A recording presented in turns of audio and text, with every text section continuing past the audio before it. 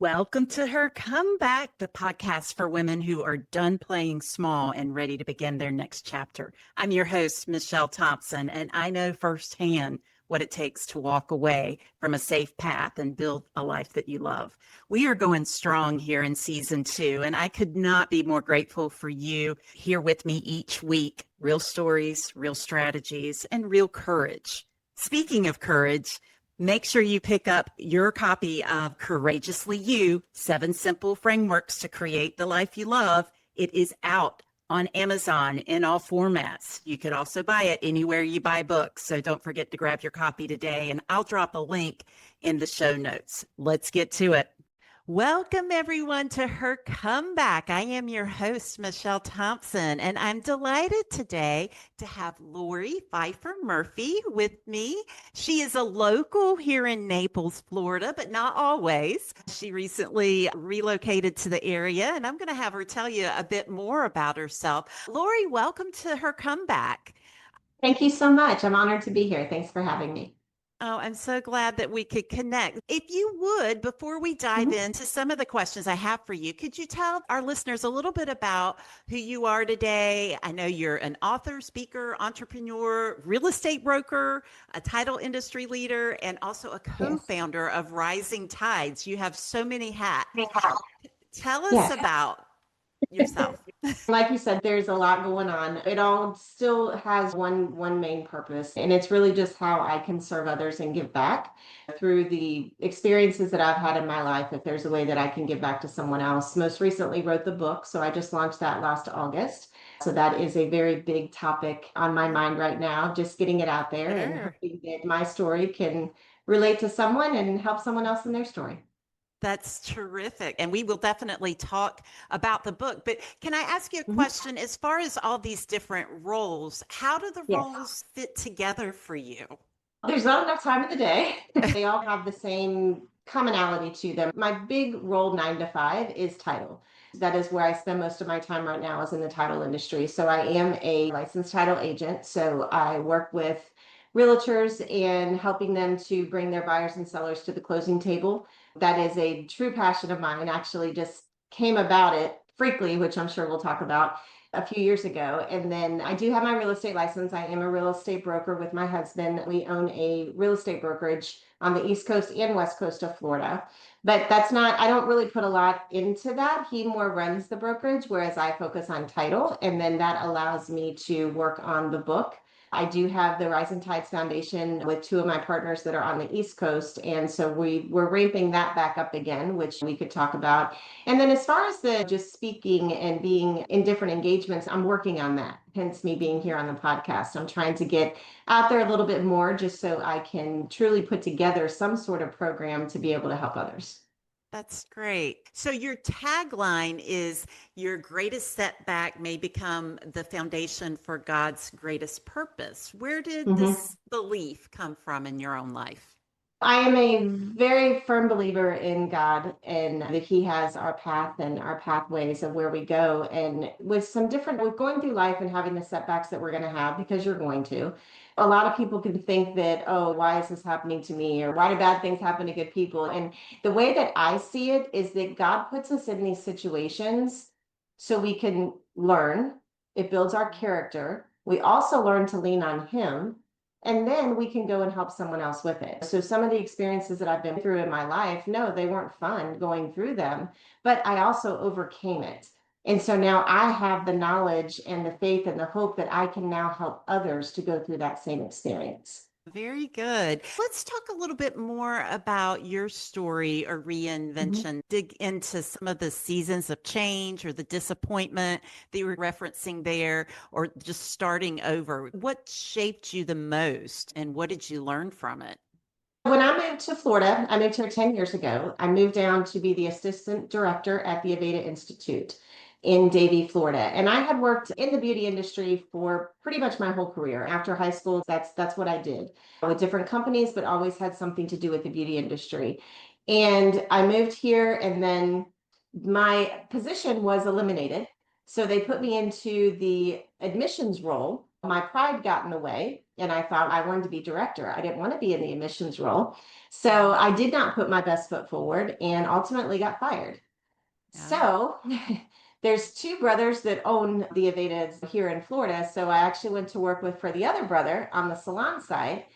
And it was great. I was working with the salons and helping them to build their business, doing education, and COVID hit. So during COVID, obviously there was an interruption with the salon business. I did learn more about the PPP than I ever wanted to know. I helped my salon professionals to get that, but ultimately my boss ran out of PPP and he had to let And some of what? us go. Oh, I'm sorry. That That's was so during COVID, if you had a business, you could file for money to get from the government. So they would actually give you money. Cannot remember what the PPP stand for, honestly, but they would give okay. you money so then you could continue to pay. It was a payroll Okay. advance. Okay. So the company ran out of it. And so he actually let some of us go. So once I was let go, this one hit hard. It hit very hard because my identity to myself was beauty industry. That's what I did. And I had to really stop and take a hard look at why did I get let go? Why wasn't I one that stayed? And so I actually went through a process that I had learned during Train the Trainer way back when, and I actually had to use it for myself, is looking in the mirror and taking responsibility. I couldn't lay blame, couldn't deny it, couldn't justify it. I was let go because I didn't put my best foot forward. There was others that were better than me. And that was a really big eye opener to me because for one, it's pride. So it's very humbling, but also, you know what? I have the tools and the ability to learn just as much as anyone else. It's just putting that effort into it. So that's where I switched and I got my real estate license, my title license, and my real estate broker license because I wanted to, for one, be an entrepreneur. I'd be in a situation where I could determine my own income. I could determine what it was I was going to make. True, I could have went back behind the chair and I could have cut hair again, but I felt that I was at a stage where I needed to move forward and I needed to do something else. That was really the big change for me. And it goes into the book of Today's the First Day of the Rest of Your Life because you're not done. As soon as I wake up and I have another day, God's going to give me another day. I'm going to fulfill it with anything that I possibly can. And I think that was the biggest thing was pride. It's just looking in the mirror and saying, you know what, you're not all that. You could have done better. You could have made yourself be the one that didn't get let go twice. But it was also, I'm glad that it happened because it built so much character inside of me. It helped me to see things in a different way of there's not just one paycheck. You have to have three or four different streams of income that are coming in, which, as you say, everything that I do in the beginning of this talk, there are so many things and there will be more because I don't want to be tied to one thing because any day it could be taken from you. And then what? Yeah. And I love that you talk about the personal accountability that you're describing there and then taking back your power, what you have control over, the things that you can do. Yes, whoever made the decisions that they made, but I have decisions, I have choices that I can make too. So I really love how you talk about that.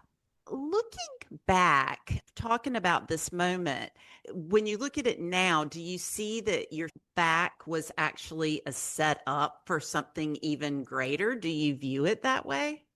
Absolutely. I view everything that way because that's when you grow. When you're uncomfortable and you're in that environment of you have to survive, that's when you grow. That's when you learn. That's when you're going to stretch out the resources and try to find things to make things happen instead of just coasting along easy. I hate to say that I welcome those moments, but ultimately looking back, I do because it did. It set me up for where I am today. It set me up to have a platform to write a book. It set me up to start the foundation that I started. It set me up to meet so many people that I would not have met had I stayed in that environment. And today it's funny because the Rising Tides Foundation, we're actually partnering with Aveda for a new promotion that we're leading into. So for one, don't ever burn a bridge because you never know where you're going to go back to. But it's all of that came together to be something so beautiful in the future. That's awesome. I love that. During the difficult times of moving through and processing the things that you went through, what was your motivation? What motivated you on those hard days? How'd you get through it? I have three children who are Mhm. grown, and they're pretty much my why. I want them to be proud of me. I was a single mom for a lot of their life, and I never wanted them to see failure.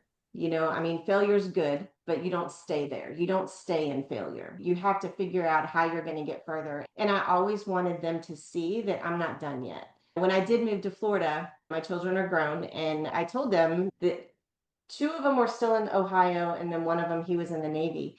But I talked with them and I'm like, are you guys okay with me moving? Are you okay with me doing this? And they're like, Mom, you have spent your whole life focused on us.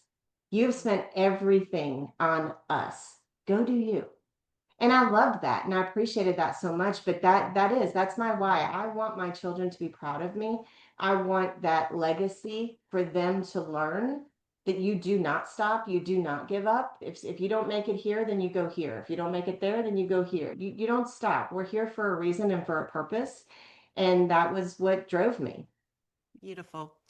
Let's talk a little bit more about your book. So, what Mhm. inspired you to write Today is the First Day of the Rest of Your Life? The title comes from my grandpa. My grandpa always used to say to me, Lori, today's the first day of the rest of your life. And I never got it. He would always pray with me. He would always get out the Bible. And of course, as a teenager, you're like, whatever. And Mhm. unfortunately, I finally got it once he passed. And it is very biblical. Every single day that you wake up, God is there and he gives you another chance to make it right, to find the purpose, to do something better, to be a servant, to help serve others, to bring people to the Lord. And that's the stories that I go through in the book. It all goes back to that. And it's funny because my whole theme of my life has been today's the first day of the rest of your life because you're not done. Right. And if it didn't work yesterday, make it better today. Right. So you always want to be better today than you were yesterday. It's my theme. That's where Yeah. it came from. Yeah, I love that. Every day we wake up with a choice. We have a decision we can Mhm. make every day. How are we going to use our time? What are we going to do with it? That's so Yeah, true. absolutely. If someone is in the middle of their own uncertainty right now or Mhm. not yet on the other side of it, what's the first step that you encourage them to take? I would first and foremost, you pray. Just close your eyes and pray for the wisdom, pray for guidance, pray for direction.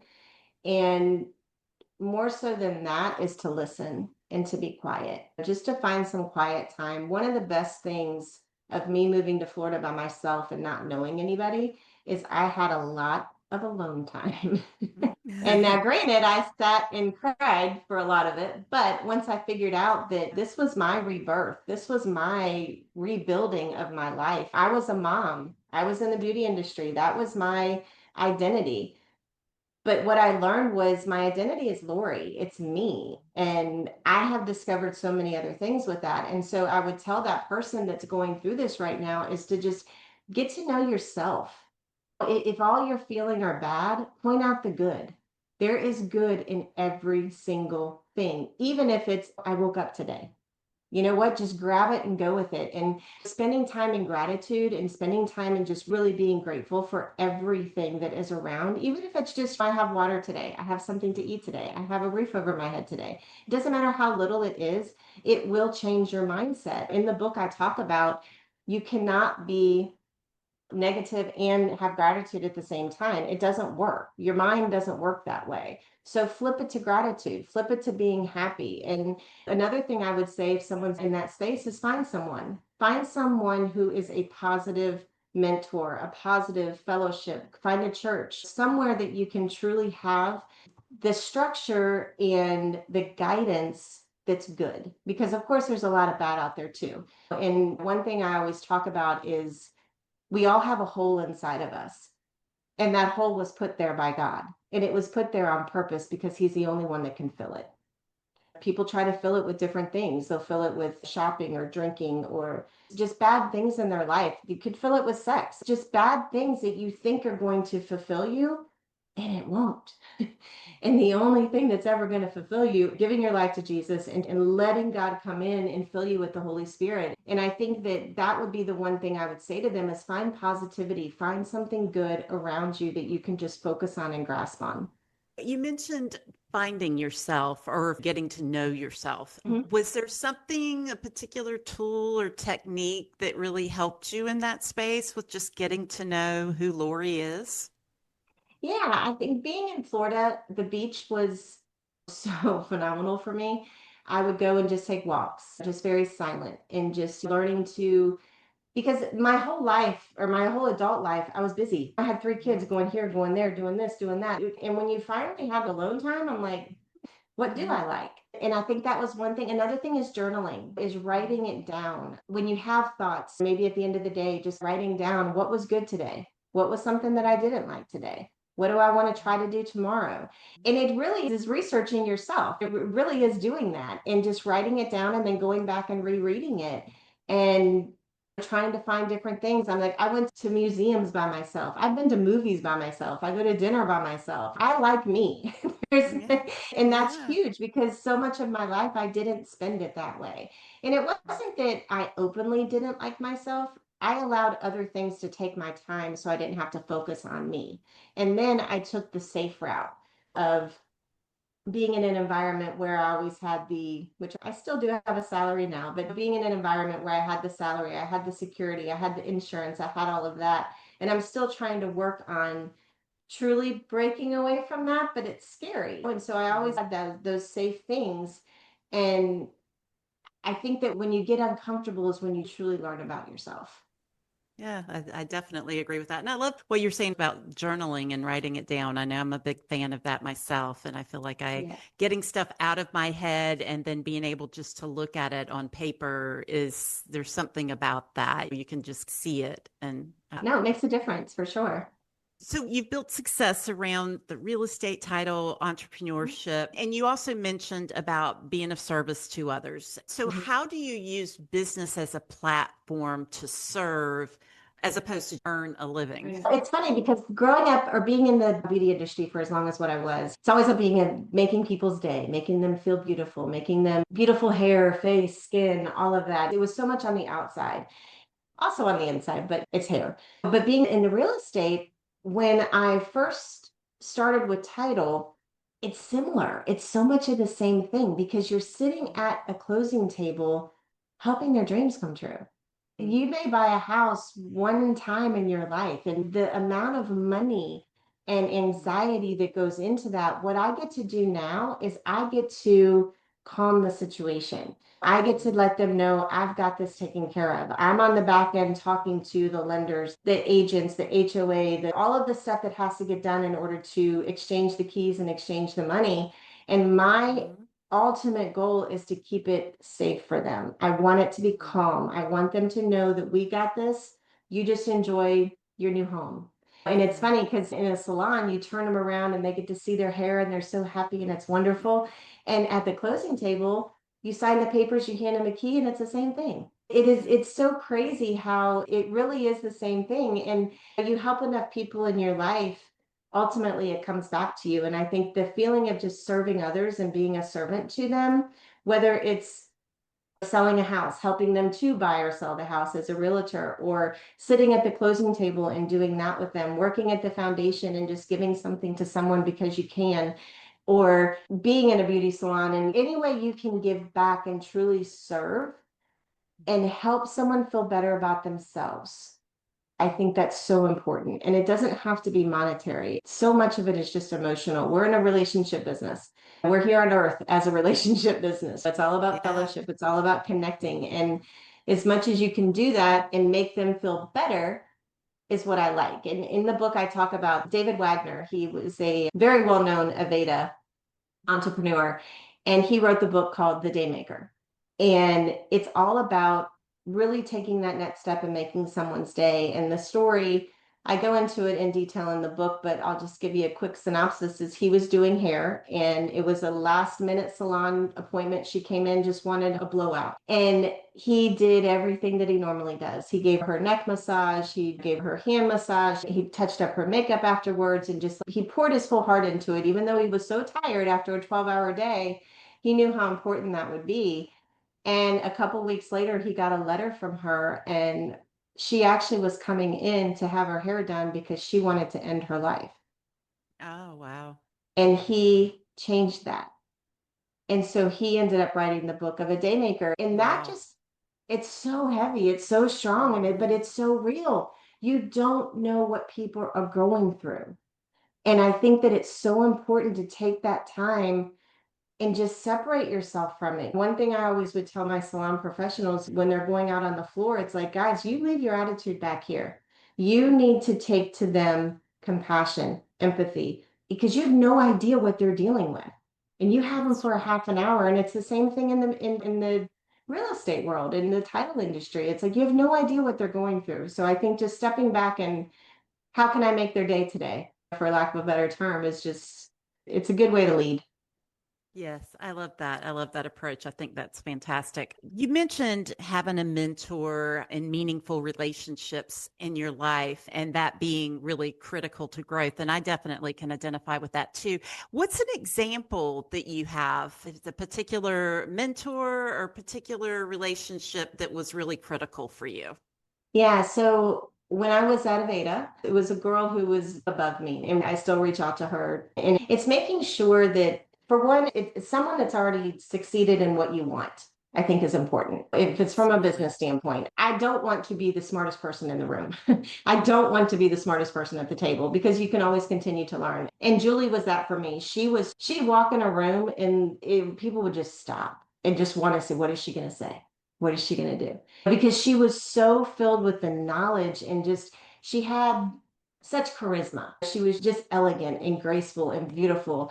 And I wanted to be that in that world. I wanted that. And so I listened on every word that she said. I studied the same thing she studied. I would always go to her for advice. When I first moved to Florida, she was my first phone call of because that's all I wanted was to be a director, which I now know you don't have to chase a title.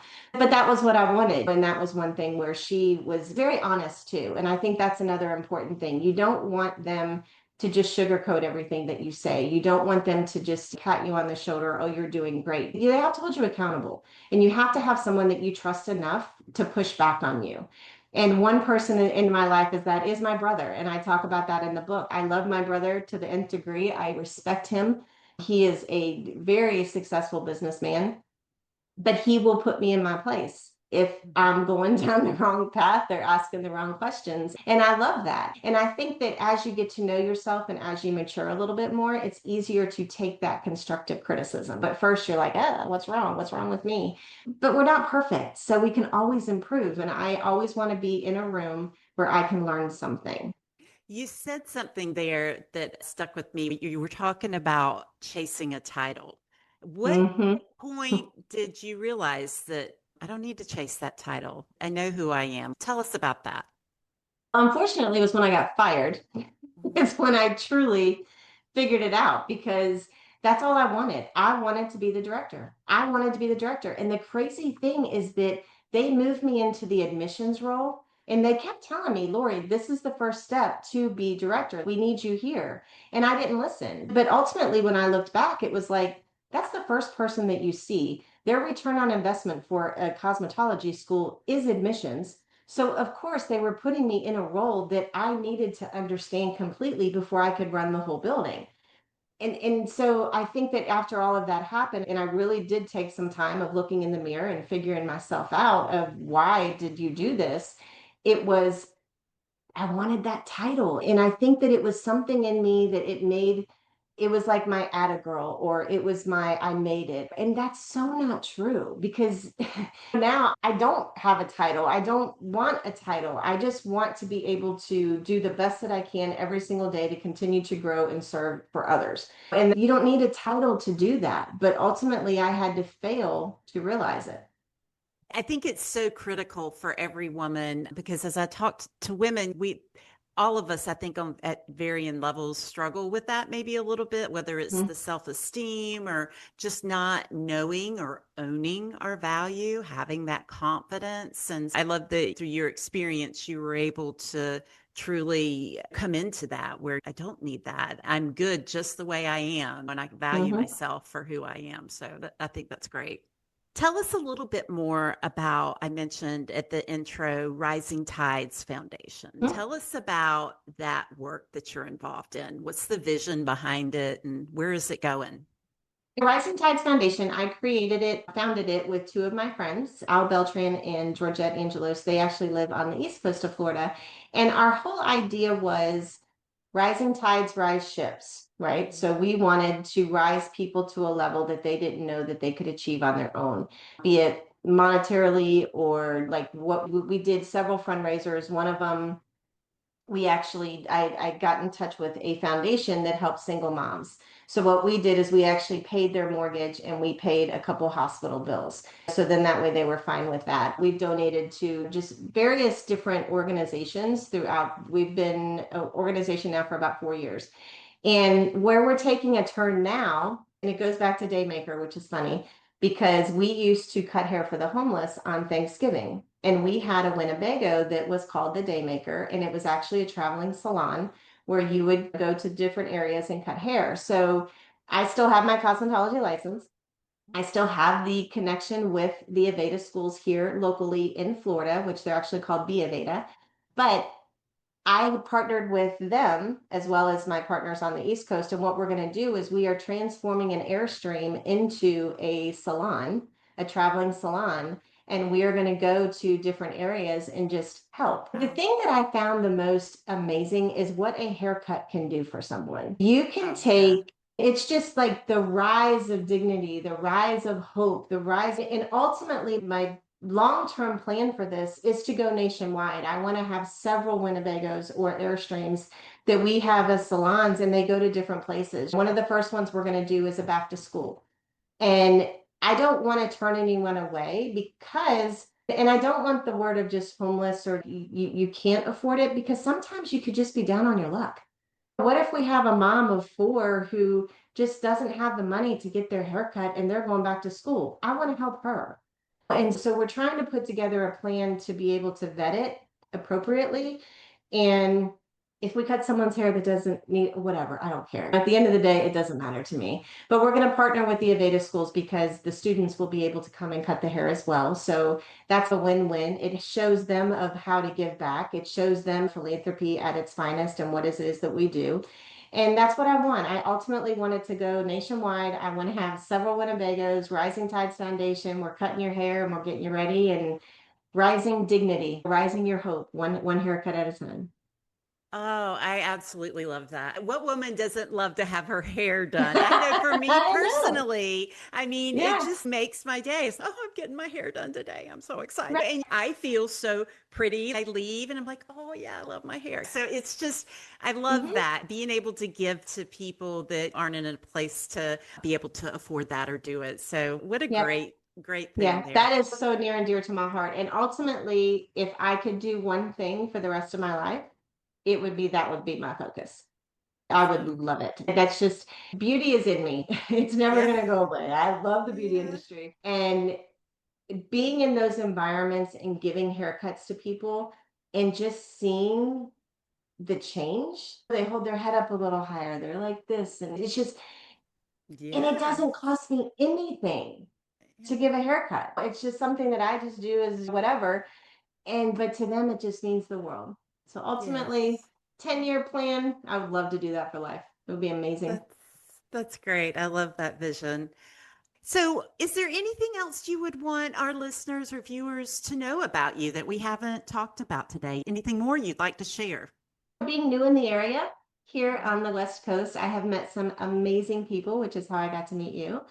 And I think it's just, if there's engagements or if there's things that I can be a part of, even with the rising tides, if there's organizations here that would love to have the haircuts, to have the Airstream come up and do that, I would love to be a part of that. So I think that I just want to make more friends anywhere that we can go and make more friends. I'm all in.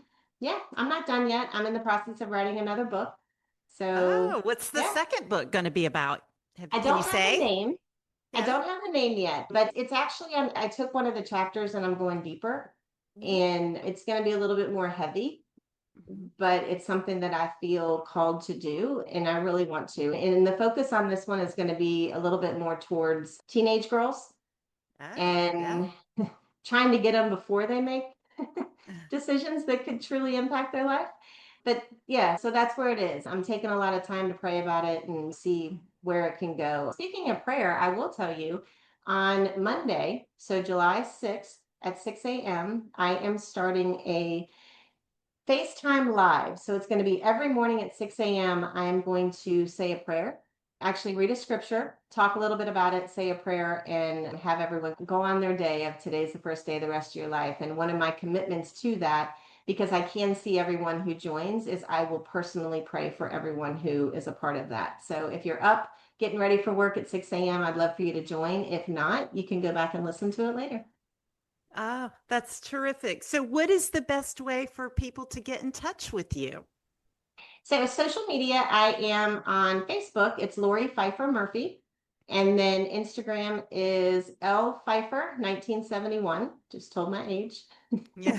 But yeah, you can find me in both of those places or just reach out. I'm here. And going back to you saying if someone's going through a situation and what do they do and how do they do that? I've been in situations that one of them was abusive and those are really hard. And in that moment, you feel like no one has ever been there but you. You feel like there's nobody there around and you feel like there's nobody you can turn to. And I really just want to stress, call me, please. And I will hug you. I will pray with you. I will get you the help that you need because you are not alone and you are not the only person that's ever done it. And one of the things I touch on in the book is forgiveness. And forgiveness does not mean that it's okay what they've done to you. Forgiveness doesn't mean that they're ever going to admit it or apologize to you. Forgiveness is for your own heart. And it's so important for you to be able to let that go. So I'm here. I will be a friend if anyone needs a friend. That's wonderful. I have really enjoyed our conversation, Thank you. Lori. Me Thank you too. for Yes. joining me today. And I wish you all of the best in your continued efforts in all these different areas and with Rising Tides and your entrepreneurship. I just wish you all the best as you continue down those paths. Thank you so much. And congratulations on your new book, too. Yes, thank you. Thank you. From one author to the other, I truly Yes. appreciate it. Yes. I need to And grab a copy. yes, please do. And I'll definitely pick yours up and be on the lookout for the Yes. second book too. Yes. And actually, my book, you can get it on Amazon. It is available on Okay, Amazon. Yes. terrific. We'll put that in Yes. the episode notes so that people will have a link to get to it there. Fantastic. Wonderful. Thank you, Lori. Thank you. That's all for today on this episode of Her Comeback. Thank you so much for taking time to spend with me. If this conversation moves something in you, do me a favor and share it with someone else who needs to hear it. And make sure you're subscribed on my YouTube channel.